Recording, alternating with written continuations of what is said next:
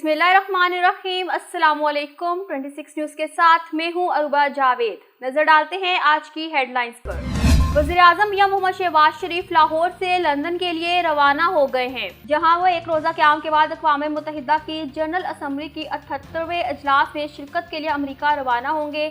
तफ़सीलात के मुताबिक वज़ीर-ए-आज़म शहबाज शरीफ 23 सितंबर की शाम को लंदन से अमरीका के लिए रवाना होंगे, जिसके बाद वो अमरीका जाएंगे, जहां वज़ीर-ए-आज़म का अक़वाम मुत्तहिदा की जनरल असम्बली से खिताब 27 सितंबर को मुतवक्किल है, जिसमें वो आलमी चैलेंजेस, माहौलियाती तब्दीली, इलाकाई इस्तेहकाम और आलमी अमन जैसे अहम मौज़ूआत पर पाकिस्तान का मौक़िफ़ पेश करेंगे। इस दौरे के दौरान वज़ीर-ए-आज़म की मुख्तलिफ़ ममालिक के सरबराहान से अहम मुलाकातें भी मुतवक्किल हैं, जिनमें दो तरफ़ा ताल्लुकात और आलमी मसाइल पर तबादले ख्याल किया जाएगा। हुकूमती ज़राए के मुताबिक इस दौरे का मकसद आलमी सतह पर पाकिस्तान की नुमाइंदगी और बैनुल अक़वामी बरादरी के साथ करीबी ताल्लुकात को फ़रोग़ देना है।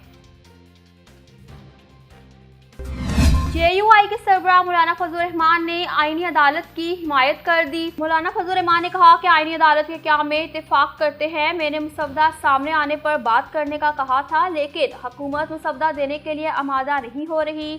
अब खुदा करके एक कॉपी फराहम की गई है। यकीन से नहीं कह सकता कि पीपल्स पार्टी या हमें दी कॉपी एक जैसी है। तफसीलात के मुताबिक मुल्तान में मीडिया से गुफ्तगू करते हुए शख्सियात को सामने रखकर आईनी तरमीम के बजाय इस्लाहात की तरफ जाएं। हुकूमत बगैर तैयारी के बिल पास करा रही थी। एक दलील था कि आईनी अदालत हो तो अदारों के केसेस वो निपटाते हैं।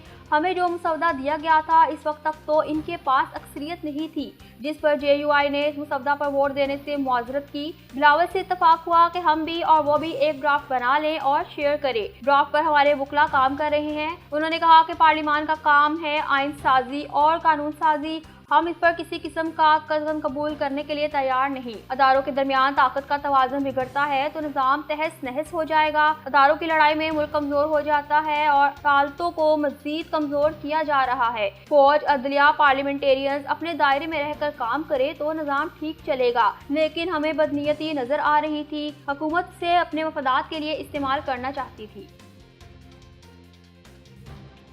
तहरीक इंसाफ के जलसे के लिए वज़ीर आला पंजाब मरीम नवाज ने हिदायत जारी करते हुए कहा कि जलसे के इंतजामात में किसी भी किस्म की रुकावट खड़ी ना की जाए। लाहौर के तमाम दाखिली और खारजी रास्तों को खुला रखा जाए। वज़ीर आला ने हिदायत की कि जलसागाह की तरफ जाने वाले तमाम रास्ते, सड़कें और रिंग रोड बंद ना किए जाएं। ताहम किसी भी जमात को कानून को हाथ में लेने की इजाज़त नहीं दी जाएगी। कानून की खिलाफ वर्जी करने और शरपसंद अनासर के खिलाफ कार्रवाई की जाएगी। अमीर जमात इस्लामी हाफिज नईमुर रहमान का कहना है कि अगर मुल्क को आगे बढ़ना है तो फौज और अदलिया को अपनी हद में रहना होगा।